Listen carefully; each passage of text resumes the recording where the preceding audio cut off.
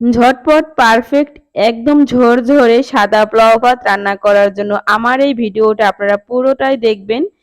একদম মটরশুঁটি দিয়ে ঝরঝরা পারফেক্ট পোলাও ভাত আপনারা রোস্ট বলেন, গরুর মাংস বলেন, যাই বলেন যে কোনো কিছুর সাথে খেতে অনেক মজা হবে। তো চলুন শুরু করি আমার রেসিপিটি। আসসালামু আলাইকুম ওয়া রাহমাতুল্লাহি ওয়া বারাকাতুহু। কেমন আছেন সবাই? আশা করি সবাই আল্লাহর মতো অনেক ভালো আছেন। আমরা আলহামদুলিল্লাহ আল্লাহর অশেষ রহমতে অনেক ভালো আছি। তো আজকে আমি সাদা পোলাও ভাতের একটা রেসিপি নিয়ে আসছি। এখানে আমি ২ কাপ চাল নিয়ে নিয়েছি। এটা চিনি গুঁড়া পোলাওর চাল। চালটাকে ধুয়ে তারপর আমি একটা স্ট্যান্ডের সাহায্যে ঝরনা দিয়ে রাখছি। এরপর চলে আসছি চুলায় রান্না করার জন্য। চুলায় একটা প্যান বসায় দিয়েছি। এখানে আমি দিয়ে দেব সবার আগে সয়াবিন তেল। আপনারা চাইলে কিন্তু শুধু ঘি দিয়েও রান্না করতে পারেন। আমি ঘি এবং তেল দুটো মিক্স করে রান্না করব। এখানে আমি ১ চামচ পরিমাণ ঘি দিয়ে দিলাম। তো ঘিটা গলার পর এখানে আমি দিয়ে দিলাম একটা তেজপাতার টুকরো করে, তারপর এখানে আমি ২ টুকরো দারচিনি এবং ২ টুকরো এলাচ আমি এখানে দিয়ে দিলাম।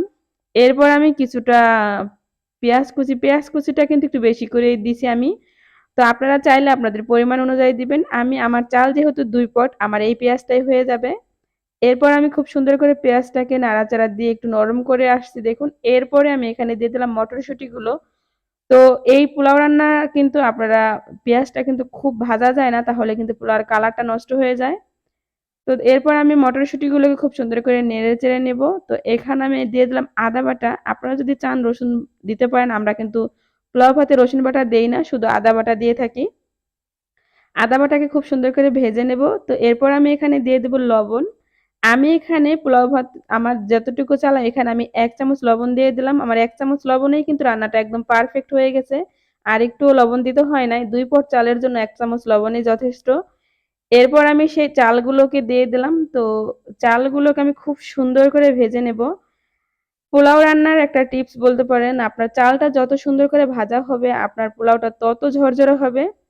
অবশ্যই কিন্তু ধৈর্য সহকারে জালটা আস্তে দিয়ে খুব সুন্দর করে ভাজবেন। তো দেখুন আমি ৩ থেকে ৪ মিনিট পর্যন্ত এই চালটাকে ভেজে নিয়েছি। খুব সুন্দর করে ভাজছি চালটা দেখুন। এরপর আমি আরো কিছুক্ষণ নেড়েচেড়ে এখানে আমি দিয়ে দেব দুধ। আমি এখানে ১ কাপ পরিমাণ যেহেতু আমি ২ কাপ চাল নিয়ে নিয়েছি, আমি পানি এবং দুধ ৬ কাপ দিয়ে দিয়েছি।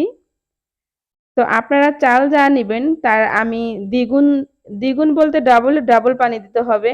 আমি ২ কাপ চালের জন্য ৬ কাপ পানি ব্যবহার করছি। একদম পারফেক্ট হয়েছিল আমার রান্নাটা। মানে আপনারা যেই কাপ দিয়ে চাল মাপবেন সেই কাপ দিয়েই পানি মাপবেন। এরপর আমি ঢাকনা দিয়ে এটাকে ঢেকে দেব। তো দেখুন খুব সুন্দর করে টগবগে এটা বলক চলে আসছে। এ পর্যায়ে কিন্তু আমি ৪-৫ টা কাঁচামরিচ এখানে দিয়ে দেব। খুবই সহজভাবে রান্নাটা রেডি হয়ে যায় এবং খেতে কিন্তু দুর্দান্ত হয়। বাসার সবাই আপনার একদম পারফেক্ট হবে। একদম আমার এই পোলাওটা আমি যেভাবে রান্না করছি একটুও দলা হয়নি, একদম ঝরঝরে। দেখুন আমার একদমই পানি নাই। আমি খুব সুন্দর করে নেড়েচেড়ে আবারও মিশিয়ে দিতেছি। চুলার জালটা কিন্তু এখন আমি একদমই লো আঁচে রাখছি। একদম ফুটে গেছে, হালকা আরেকটু ফুটলেই হয়ে যাবে। এ পর্যায়ে আমি এখানে দিয়ে দেব পেঁয়াজের বেরেস্তা। একটু শাহি ভাব আনার জন্য কিন্তু পেঁয়াজের বেরেস্তাটা দিতেই হবে। স্কিপ করবেন না, দিলে কিন্তু পোলাও ভাতের স্বাদটা দ্বিগুণ বাড়ে। সাদা পোলাওর ভাত কিন্তু আমরা সবসময় সবকিছুর সাথেই খুব সহজেই তৈরি করে ফেলি। তো দেখুন আমি একদম এটাকে পরিবেশন করে নিয়েছি। রান্নাটা হয়ে গেছে। আমি আরো কিছুটা পেঁয়াজের বেরেস্তা উপর দিয়ে দিলাম। এরপর আমি একটা লেবু কেটে তারপর আমি সাইড দিয়ে দিলাম একটু ডেকোরেশনের জন্য। এরপর আমি ২ টো কাঁচামরিচ উপরে দিয়ে দিব।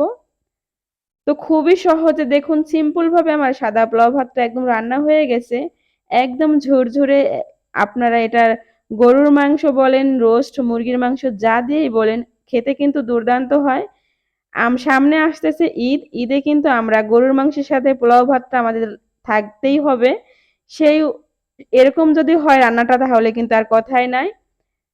তো বন্ধুরা আপনারা যারা এতক্ষণ আমার ভিডিওটা ধৈর্য সহকারে দেখতেছেন, এখনো একটা লাইক দেন নাই, প্লিজ একটা লাইক দিবেন। আর যারা এখনো আমার চ্যানেলটিকে সাবস্ক্রাইব করেন নাই, প্লিজ সাবস্ক্রাইব করে চ্যানেলের সাথেই থাকবেন। এরকম নিত্য নতুন সহজ রেসিপি দেখার জন্য অল অপশনটা অন করতে একদমই ভুলবেন না।